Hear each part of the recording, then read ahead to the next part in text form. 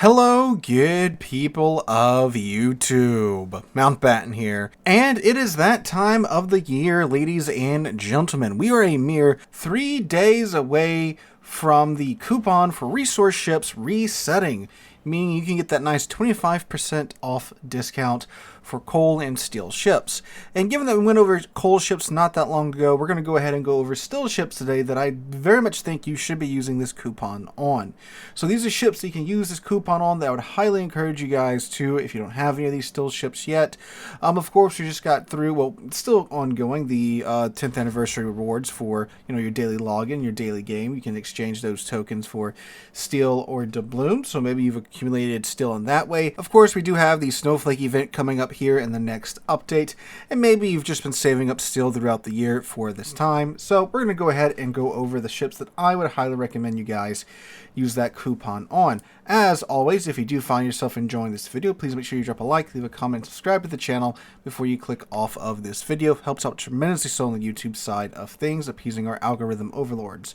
But anyway, let's go ahead and get on into it. Coming in at number 5, we have the Tier 10 Soviet cruiser, the Stalingrad. The Stalingrad is definitely a ship that has been through it. Man, it's so funny looking back at the Stalingrad and seeing just how much the game has changed around the ship. Because the Stalingrad, if you went back in time to when she first came out, this ship was stupid. Just how strong the ship was back in the day.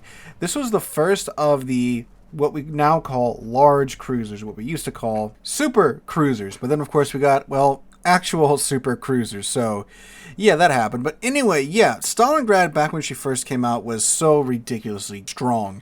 A cruiser basically having battleship HP and darn near battleship armor, but with cruiser caliber guns that were really small battleship caliber guns, those 305mm guns, with all the Soviet ballistics to just make these guns hit incredibly hard at almost any range, right?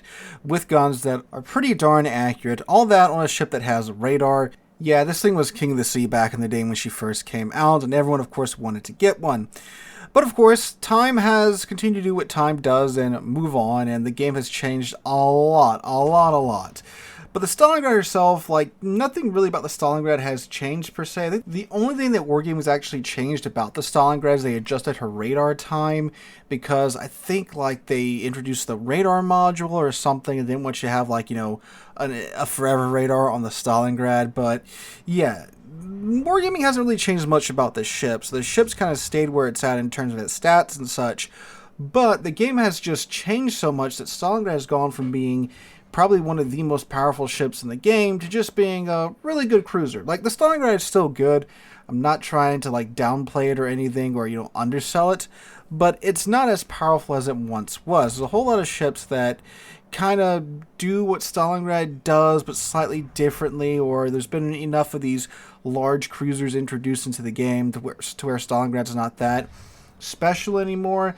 And of course the commander rework really opened up one of Stalingrad's biggest downsides, and that is the fact that it can still very much burn. Back before they separated all the class skills for your commanders, of course you could build into tankiness in the Stalingrad just like you could in a battleship.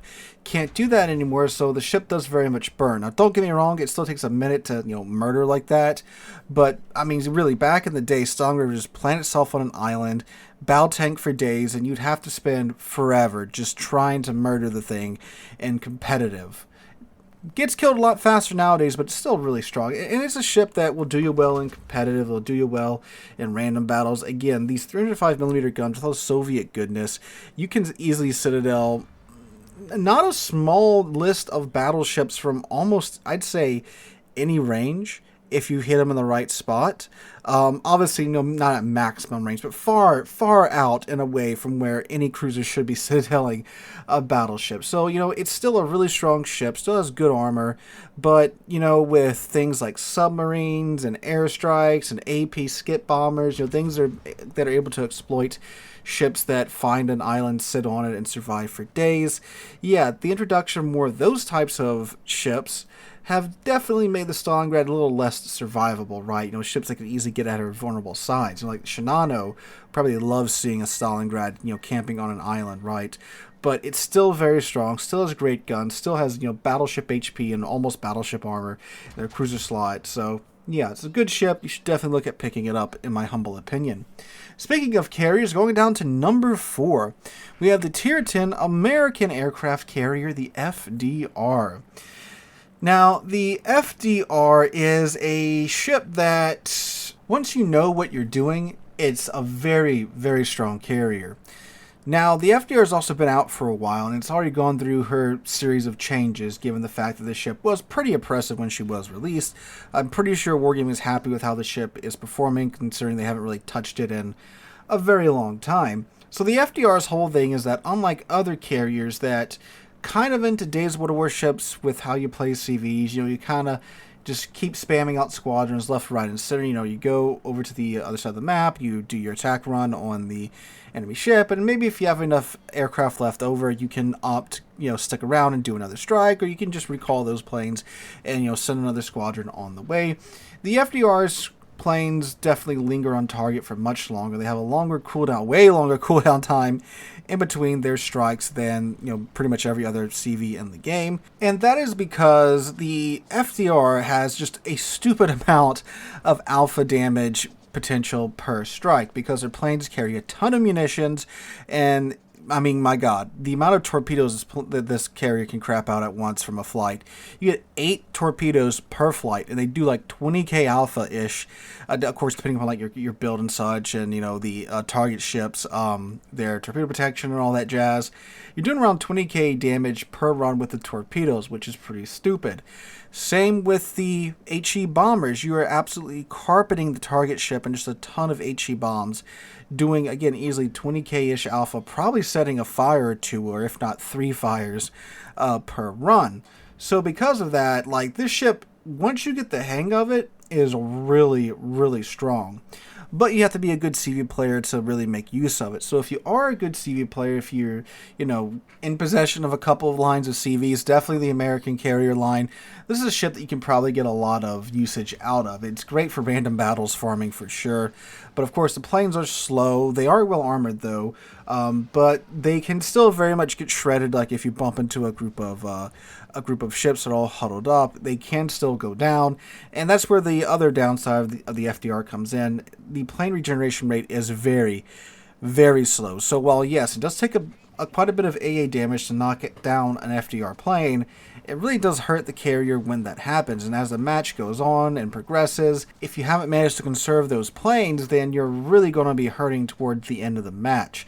So you need to know what you're doing in terms of getting the strikes off and making the most out of each strike. You know what you're doing in terms of conserving your planes, and of course, just generally being a good CV player, which is why it's at number 4, because you do have to be a good CV player to really make use of it. But if you are, I feel like the FDR is going to be a good ship for you. You could also slap in Shinano right here. Shinano is really strong right now, but again, you got to be a good CV player to really know what really get the most out of Shinano. You got to know what you're doing. And of course, the Shinano is still relatively new, so she's still open for nerfs. Like they did nerf her not that long ago, but of course there's always the possibility that there's a second round of nerfs right around the corner. So FDR, Shinano here, take your pick. All right, going way down now to number 3, we have the Tier 10 Pan-Euro destroyer, the Ragnar. The Ragnar is a ship I picked up relatively recently compared to the rest of my steel ships, and man, oh man, was I missing out. The Ragnar is definitely one of the best cap contesting DDs in the game.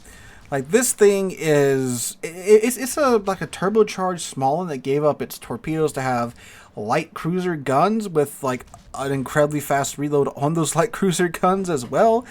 Plays pretty similar to the small end as well, because, well, again, it's a turbocharged small end. At least that's how I play it, and I do quite well in it. So the Ragnar, what you give the Ragnar is 4 152mm guns, located in 2 turrets, one on the bow, one on the stern. So kind of a similar setup to, of course, the small end and like the Ragnar and such. But these are 152mm guns. These are light cruiser guns on a destroyer. That's pretty dumb. Not to mention, with the proper build, you have over 30,000 HP, which is pretty dumb. And you, of course, get a heal on top of that. Which, yeah, that's a lot for a Tier 10 destroyer. Now, like I said, you do not get any torpedoes, so you are purely a gunboat, but you do get radar. whose range is 7.5 kilometers, which is the same as your minimum detection range if you build into it. So basically, if it's spotting you, slap your radar button and you're going to spot them right back. Then you can use your 152mm guns to bully them out of existence. You do also get access to the emergency boost consumable, which will give you a higher than average engine boost, but it's much shorter. So it's really just a boost to get out of a bad situation, rather than, using like the Cavalrosk engine boost just to zip around the back of the map. What you do with the Ragnar is what you do with the Smalling. Go to the cap, bully the enemy destroyers out of the cap it for your team, or the bare minimum, harass the enemy destroyers enough to where they can't really control the cap for the majority of the game. And by doing this, you'll have a much bigger game impact than, well, really most other destroyers do, because you're playing the objective, keeping the enemy either out of the objective or keeping them so tied up with trying to deal with you that they can't really, go off and harass the rest of your team.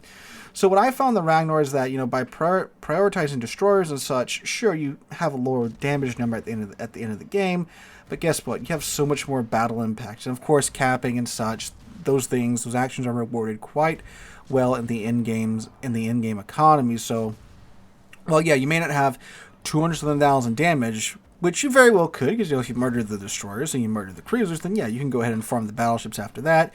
But if you're just trading punches with a destroyer the entire game, yeah, your damage numbers may not be that high, but guess what? You've had way more impact than someone that went farm a couple 100,000 damage from a couple of random battleships, and that's really where you play to win, right? And that's what the Ragnar is all about. Really popular for competitive and such because of the radar and because of the guns and such. So yeah, definitely if you have any interest in that, make sure you pick the Ragnar with the coupon. All right, going way down now to number 2. We have the Tier 10 German battleship, the Mecklenburg. The Mecklenburg is easily in running for top 3 best German premiums, hands down. It's this, either the Siegfried or the Mainz. So you could mix those around too, but I think Mecklenburg and Mainz are definitely battling it out for number 1 for best German premium or resource ship, whatever you want to call it, ever released in game, because the Mecklenburg is, well, it's what you got to do to make a FDG more viable, right? You remove the guns, replace them with 16 of a Gears 305mm guns, give it actual really good dispersion, and yeah, that's a Mecklenburg right there. And because you have those 16 305mm guns with a Gears AP, the AP is really good. Oh, and of course the fact that the shells actually go where you point, right? So it's fantastic for that. So you can absolutely chunk the living crap out of ships at range. Of course, at close range too, that AP hurts as well. But you can do it at range too, because the shells actually go where you want them to go, which is wild. Thinking about a German ship or a German battleship and the guns being accurate, right? So you can bully stuff with your AP, burn down stuff with your HC if they do try to be cute and angle into you, and they go, oh, he only has 305mm guns, I can battle tank him. Well, guess what? You're getting 16 HC shells to your face. And while yes, the HC is rather anemic for the caliber, 16 shells, you're going to be setting some fires every now and then. Not to mention, she still, of course, has those good old German secondary guns with the improved German HE pin. So, what's really beautiful about the Mecklenburg is that you can build into the main guns, or you can build into the secondary guns, and she's great at both. Or you can do what I'm doing here and have a bit of a hybrid build. While I've got most of the modules built into the main battery guns, most of the commander skills have been, allocated to the secondary guns. So you can have a in-between build that works just as well. And I really like that about the Mecklenburg, that, it's a ship that you can play in a number of different ways. You can go main battery gun build, and play it kind of like a cruiser, sitting toward the back, just slinging AP everywhere, then pushing up toward the end. You can play as a secondary ship and play kind of aggressively, toward the front of the team and murder things with your secondary guns and with your 16 305mm guns. Or you can do a little bit of both and have the hybrid build and, pick how you want to play the match, right? So it's a great premium ship, fantastic for ranked. It's one of the best ships, definitely, when you get up to tier 10 ranked and such. I mean, 16 HE shells against destroyers. Most destroyers aren't really walking away from that, and that's doubly important in situations like ranked, let alone, of course, the base game. So she's a great ship, fun ship to play. If you love German ships, definitely look at picking up the Mecklenburg with your coupon. And finally, we have our number 1 slot, which is the best battleship in the game by its statistics. And that is the Tier 10 French battleship, the Bourgogne. A ship that if I don't put it number 1, I will be murdered in my sleep, impaled by a baguette with nothing but a French flag probably stabbed into the nape of my neck. Because that's what happens when I leave the Bourgogne off of, well, any list talking about great battleships or ships you should get. A bunch of angry French players that really don't like that I forget the Bourgogne or leave the Bourgogne off and just try to give someone else a little bit of time to shine. But yes, the Bourgogne statistically by the stats is the best ship in the game, battleship in the game. Is it the best battleship in the game? I mean, everyone plays a little bit differently, so it's hard in my opinion to, say which ship is the best hands-down ship of the game. Is it a good battleship? Oh yeah, the Bourgogne is definitely a good battleship, and one I definitely think you should pick up with your coupon. Now, the Bourgogne is the top of the second secret French battleship line, and this is the up-tiered plus reload booster line, which if you look at starting with the, well, what does it start at now? The Strasbourg, what we're giving Win and Did, they took the ship that's a tier lower in the tech line or premium ship. Then they gave the next ship very similar stats, maybe like a slightly better reload, slightly more accurate guns. Then they slapped reload booster on it and they said, all right, go on, have fun, 1 tier up. They did this with the Strasbourg, they did this with the Picardy, they did this with the Jean Bart, and then the Bourgogne is the tier 10. So what the Bourgogne is the tier 9 French battleship, all sauce, turbocharged to tier 10, with, I believe, a slightly better reload, slightly more accurate guns, and then, of course, reload booster, with a different secondary and AA battery suite. The Bourgogne, by the way, not the secondary battleship. If you want to build a secondary French tier 9 battleship, try the all sauce, not the Bourgogne. The Bourgogne's guns are better for, AA duties and such, which you're going to need at tier 10.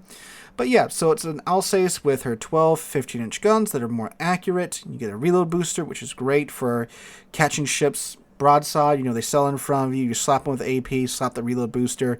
You time it right. You get 3 quick follow-up shots to your initial shot. So you can get, 4 shots back-to-back fairly quickly with the Bourgogne, and that's pretty devastating no matter what. Of course, if you time it right. Then they try to be cute, just like with the Mecklenburg, and angle into you. You load the HE, burn them down with that. They use their damage con, you wait for the damage con to run, you pop the reload booster, and then you set 3 more fires on them. So it's a great ship for dealing with, well, almost anything at tier 10. You get the speed boost as well, so when that's going, she's pretty agile and nippy. Big downsides are the fact that she is, well, an all-sauce up tier to tier 10, so you have tier 9 HP and tier 9 armor. You gotta deal with that, but in my opinion, the downsides of the HP pool and the armor are definitely made up by the artillery on the ship, and is one that I very much think you should highly look into getting if you do like the all sauce. This is like the all sauce's player's dream, right? An all sauce that doesn't have the janky dispersion of the all sauce. The guns pretty much go where you want them to go. Of course, every now and then, because of RNG, the guns do weird things, but they're still pretty darn consistent compared to, of course, the all sauce. So excellent ship here, one that's highly worth the still in my opinion. So guys, those are my top 5 still ships I think are worth picking up with the coupon. Let me know in the comments down below which ships you're going after, which ships would you add to this list, which ships would you remove. Let me know all that and more in the comments down below. Hope you guys have a wonderful Monday, wonderful rest of your week. Hope to catch you guys in the next one.